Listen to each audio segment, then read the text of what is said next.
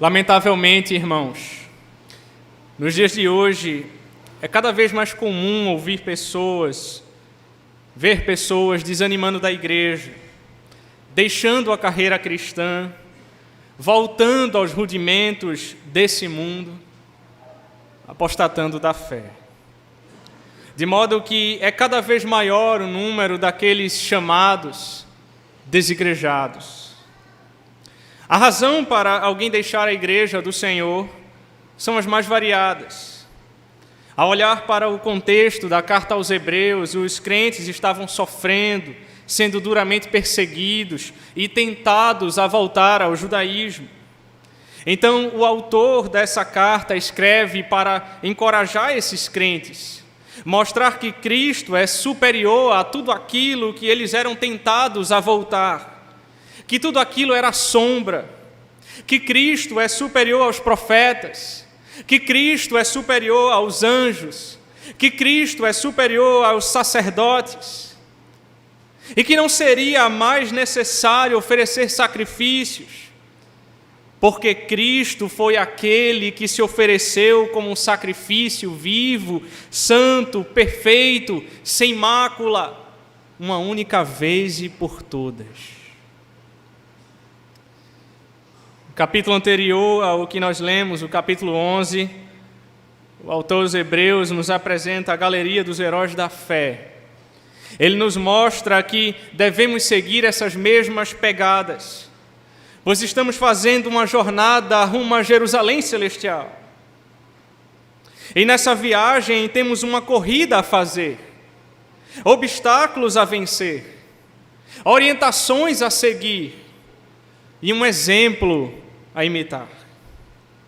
Do mundo dos esportes, o autor toma emprestado a imagem dos espectadores, a roupa, a condição dos competidores e a própria corrida. Descreve a vida do cristão como a de um atleta que faz uma corrida numa vasta arena, cheia de espectadores. E ele está dizendo: não voltem para o judaísmo, não voltem para as velhas práticas, não se acovardem diante das dificuldades. O único caminho seguro para um cristão é prosseguir e perseverar até o fim. O verdadeiro cristão vive e morre na fé, porque se vivemos, para o Senhor vivemos, se morremos, para o Senhor morremos. Quer pois vivamos ou morramos, somos do Senhor. Ora, diante desse texto, alguém poderia se perguntar: como terminar bem a carreira que nos está proposta? Eu quero trazer para vocês hoje algumas instruções, de acordo com o texto que nós lemos, para terminar bem a carreira cristã. Olhe comigo para o texto sagrado. O início do verso 1 diz assim: portanto, também nós, visto que temos a rodear-nos tão grande nuvem de testemunhas. O escritor lança a mão de uma figura do atletismo muito popular, tanto na Grécia Antiga como na Roma dos Césares. Os crentes estão num estádio repleto de testemunhas, para fazer a grande corrida da vida. Essa nuvem de testemunhas se refere ao capítulo anterior, aos heróis da fé. Aqueles que venceram a corrida estão nas arquibancadas como uma nuvem de testemunhas, como exemplo para nos encorajar a prosseguir. Estes nos servem de estímulo, pelo testemunho que deram do Senhor, pela sua vida irrepreensível, porque não desanimaram. Alguns foram torturados, outros passaram pela prova de escárnios e açoites, sim, até de algemas e prisões. Foram apedrejados, provados, cerrados ao meio, mortos ao fio de espada. Andaram peregrinos, vestidos de peles de ovelhas e de cabras, necessitados, afligidos, maltratados, foram perseguidos, mas Deus os reergueu e os colocou de pé. Eles venceram. Se você estiver enfrentando problemas com a sua família, lembre-se de José do Egito, veja como ele lidou vitoriosamente com a situação. Mesmo tendo sido jogado num poço pelos próprios irmãos, vendido como escravo, abandonado, dado como morto para o seu pai, Deus cuida de José, muda a sua história. Um dia ele é governador do Egito, ele encontra os seus irmãos e diz: vós, na verdade, intentastes o mal contra mim, porém Deus o tornou em bem. Não foram vocês que me venderam, Deus me enviou até aqui. Ele chora, ele perdoa, ele abraça os seus irmãos. E ele entende que tudo o que passou fazia parte de algo muito maior, para fazer como vedes agora, que se conserve muita gente em vida. Gênesis 50. Ele aponta para aquele que viria, assim como tantos outros. Pela fé, Abel ofereceu a Deus mais excelente sacrifício do que Caim. Pela fé, Enoque foi trasladado. Pela fé, Noé, divinamente instruído acerca de acontecimentos que ainda não se viam, e sendo temente a Deus, ele aparelhou uma arca. Pela fé, Abraão, quando chamado, ele obedeceu a fim de ir para um lugar que devia receber por herança e partiu sem saber aonde ia. Porque creu na promessa, porque aguardava a cidade que tem fundamentos, da qual Deus é o arquiteto e edificador. Pela fé, Moisés, preferindo ser maltratado junto com o povo de Deus, a usufruir prazeres transitórios do pecado, porquanto considerou o opróbrio de Cristo por maiores riquezas do que os tesouros do Egito, porque contemplava o galardão. Meu amado irmão, essa nuvem de testemunhas nos lembra uma coisa muito importante: não ande por vista, caminhe pela fé. Essa nuvem de testemunhas serve de exemplo para nós de como correr vitoriosamente a carreira. Porém, nessa jornada, considere não apenas os crentes do passado, mas também os crentes do presente, aqueles que estão à nossa volta, a igreja do Senhor. Somos chamados a suportar uns aos outros, a consolar uns aos outros, a dar força uns aos outros nessa caminhada. Olhe para o teu pastor, aquele que te exorta em amor, aquele que te instrui, aquele que te encoraja, para que você possa terminar bem essa corrida. Perceba que o autor diz, portanto, também nós. Ele coloca-se no mesmo nível dos leitores, pois ele faz parte da mesma maratona. Ele também está nessa corrida. Ele sabe do que ele está falando e por essa razão ele nos dá uma segunda instrução muito importante, ainda no verso 1, desembaraçando-nos de todo o peso e do pecado que tenazmente nos assedia. Preste atenção nisso.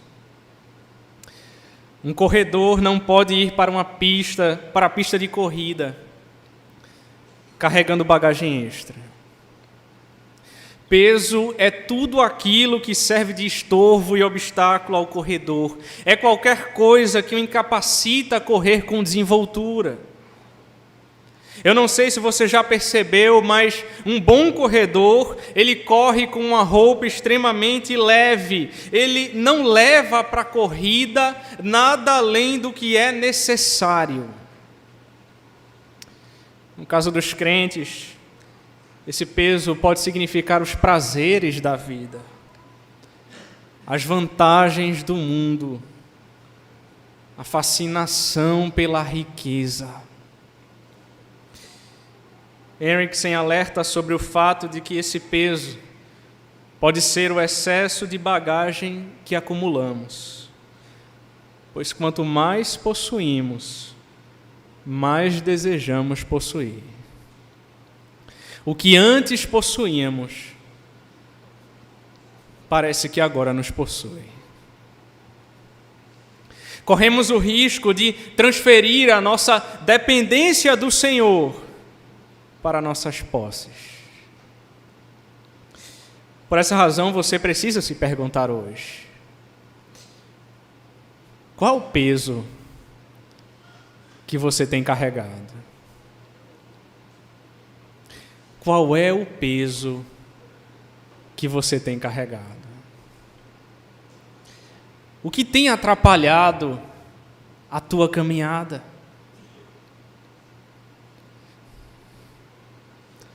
Em Lucas 21, Jesus Cristo disse: acautelai-vos por vós mesmos, para que nunca vos suceda que o vosso coração fique sobrecarregado com as consequências da orgia, da embriaguez e das preocupações deste mundo.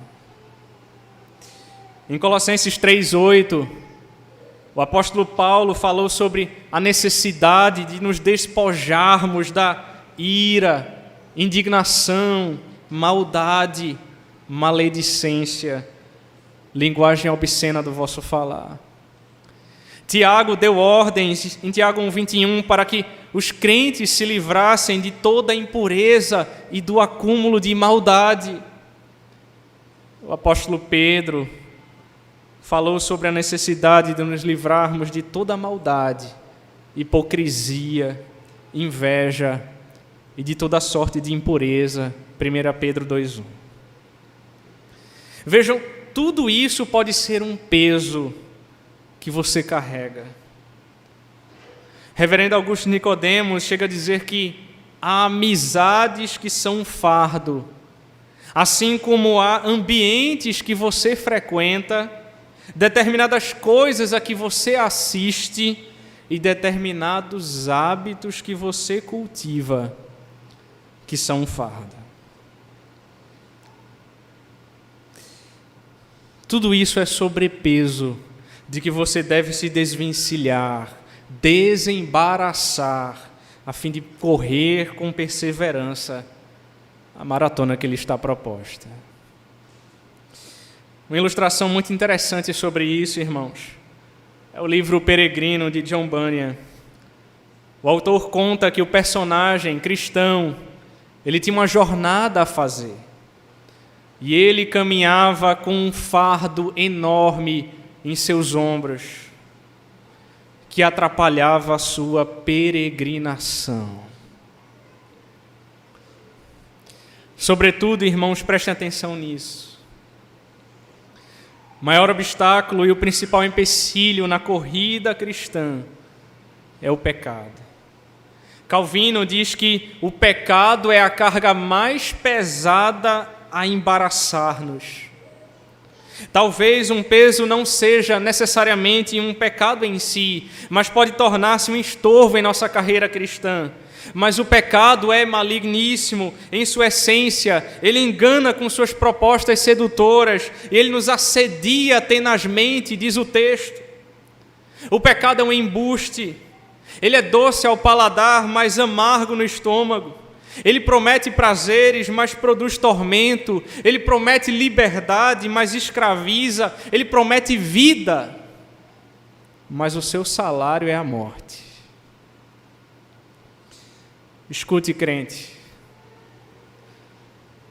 Se você vive em pecado, você não vai desenvolver bem a carreira que lhe está proposta. Lembre-se daqueles que venceram, livre-se de todo o peso, livre-se tudo aquilo que atrapalha, fuja da aparência do mal, diga não às ofertas sedutoras do pecado, apegue-se à palavra de Deus.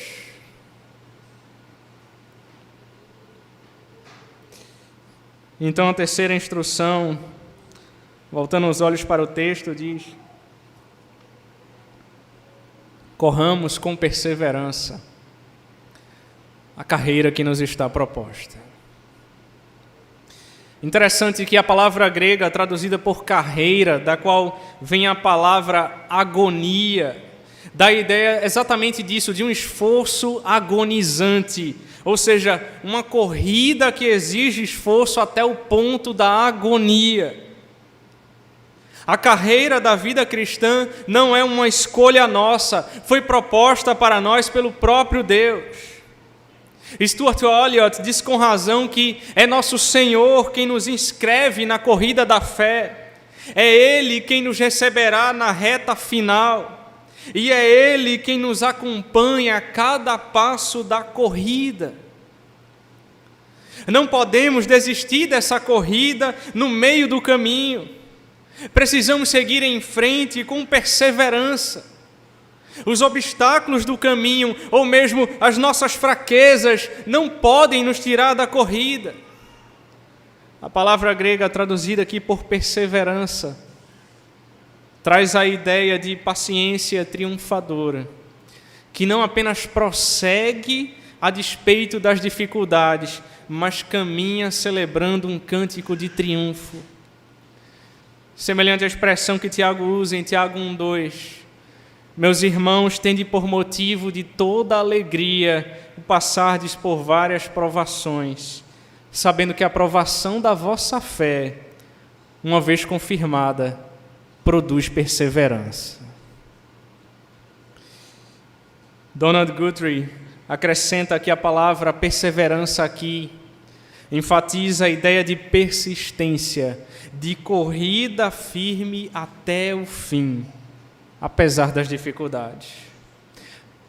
Não importam quais sejam os obstáculos do caminho, não importam quantos opositores enfrentemos ao longo da estrada, não importa quão cansados estejamos da extenuante jornada, precisamos estar determinados a continuar, a prosseguir, a perseverar, venha o que vier, haja o que houver.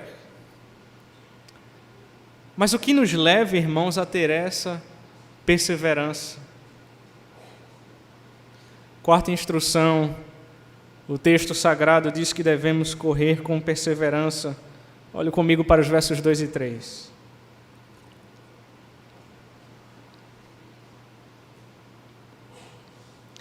Olhando firmemente para o autor e consumador da fé, Jesus, o qual, em troca da alegria que lhe estava proposta, suportou a cruz, não fazendo caso da ignomínia, está sentado à destra do trono de Deus. Considerai, pois, atentamente aquele que suportou tamanha oposição dos pecadores contra si mesmo, para que não vos fatigueis, desmaiando em vossa alma. A galeria dos heróis da fé não se encerra no Antigo Testamento. O maior de todos os heróis, o nosso máximo modelo e o técnico da nossa corrida é o Senhor Jesus. Ele venceu a corrida, Ele desceu do céu, Ele se esvaziou, Ele se humilhou até a morte, morte de cruz. Ele enfrentou a oposição dos pecadores, a vergonha e o sofrimento da cruz para nos salvar, pela alegria que lhe estava proposta. Lightfoot afirma que, da mesma forma que o cristão tem diante de si a carreira proposta, Jesus teve diante dele a alegria proposta. Jesus venceu os obstáculos, Ele derrotou o diabo, Ele triunfou sobre a morte e está assentado à destra do trono de Deus. É para Ele que precisamos olhar quando formos tentados a desistir. É nele que precisamos cravar os nossos olhos quando estivermos exaustos, prestes a desmaiar. Quando você disser, pastor, eu não tenho mais forças, está muito difícil, meus pés estão inchados, eu não consigo mais caminhar, a palavra de Deus diz, olhe para Ele, olhe para Cristo. Não olhe para a direita nem para a esquerda, olhe firmemente para Jesus. Palavra grega traduzida por olhando firmemente, traz a ideia aqui de tirar os olhos das coisas que estão perto e desviam a nossa atenção, e conscientemente fixar os olhos em Jesus, o nosso grande alvo. Essa palavra grega sugere ainda a impossibilidade de olhar em duas direções ao mesmo tempo. Significa que os competidores empenhados na corrida, eles não podem se distrair. Não devem desperdiçar tempo olhando ao redor ou para trás. Jesus Cristo disse: ninguém que, tendo posto a mão no arado, olha para trás, é apto para o reino de Deus.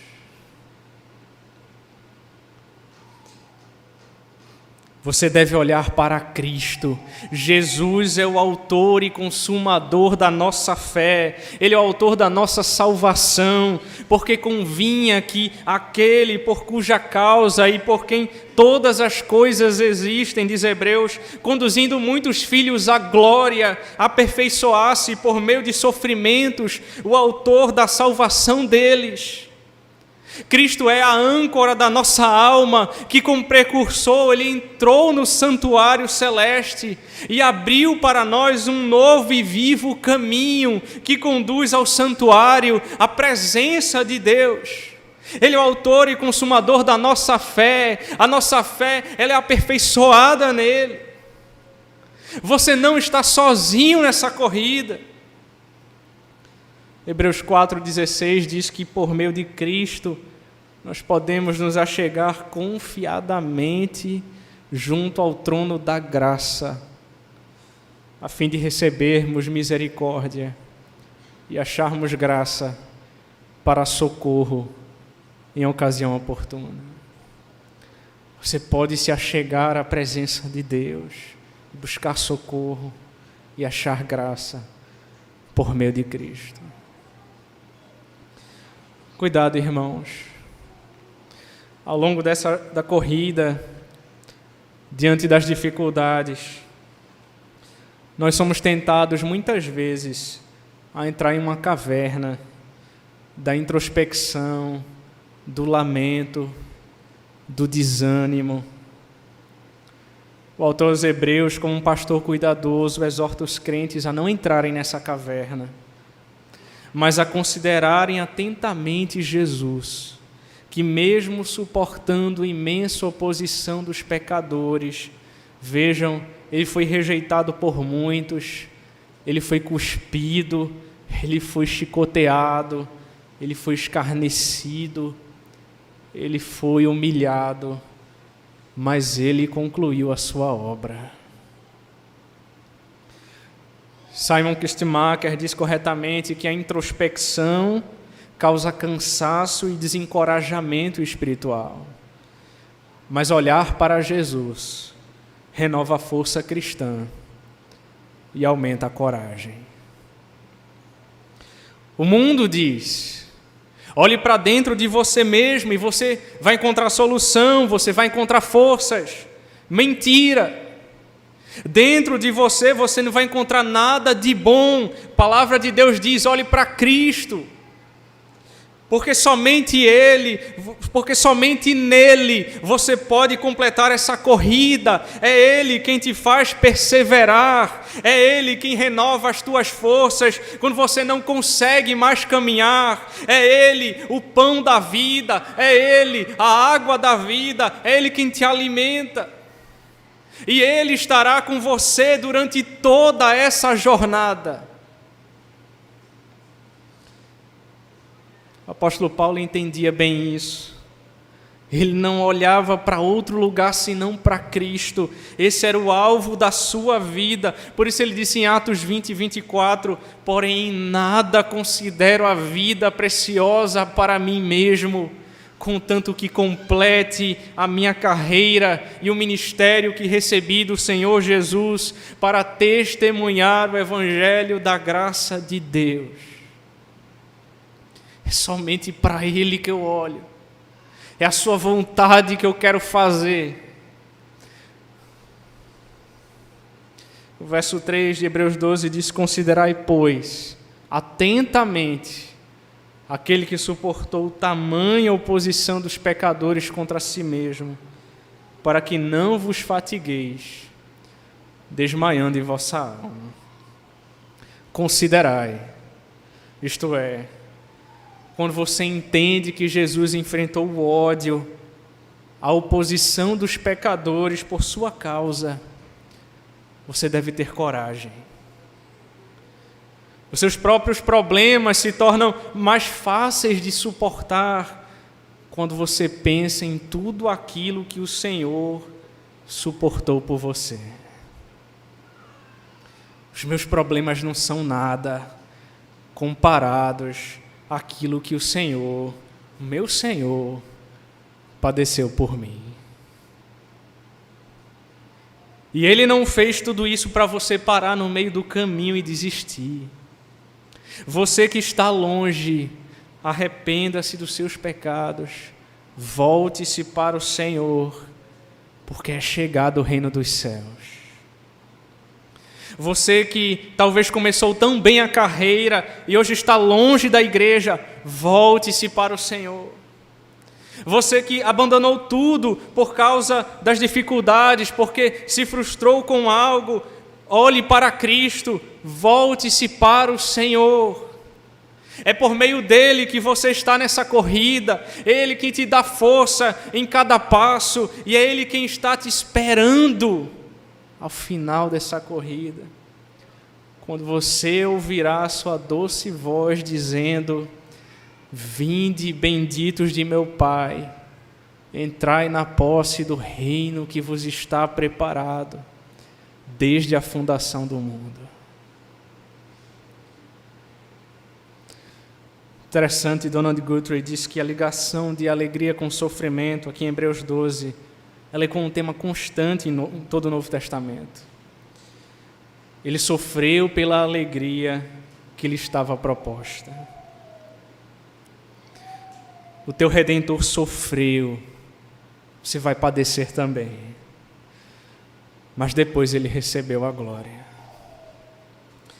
Se alegre nisso. Você está sendo forjado à imagem do teu Redentor. Como você vai terminar essa corrida? Paulo disse: o tempo da minha partida é chegado. Combati o bom combate, completei a carreira e guardei a fé. Já agora a coroa da justiça me está guardada, a qual o Senhor, reto juiz, me dará naquele dia. E não somente a mim, mas também a todos quantos amam a sua vida. Feche seus olhos e vamos orar.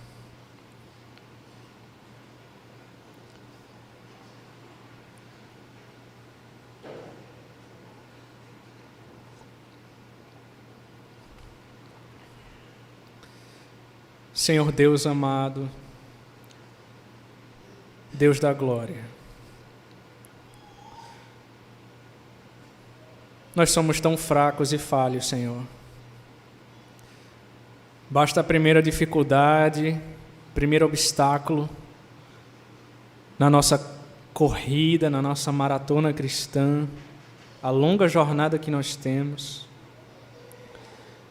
Basta a primeira pedra em que tropeçamos e a gente já quer desistir.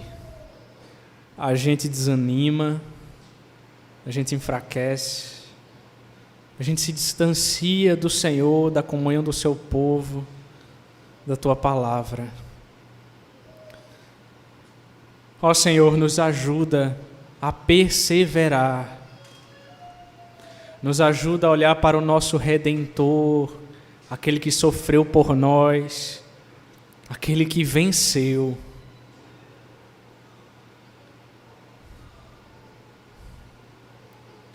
Nos ajuda a olhar para Ele. Porque os sofrimentos do presente não se comparam, eles não podem ser comparados com a glória que há de ser revelada em nós. Ajuda-nos, ó Deus, a correr com perseverança. Traz ânimo, ó Deus, ao coração daqueles que estão desanimados, desencorajados, abatidos, que estão fracos. Renova as nossas forças, Senhor, na Tua igreja. Os tempos cada vez serão piores. Os crentes vão enfrentar muitas dificuldades, isso é fato.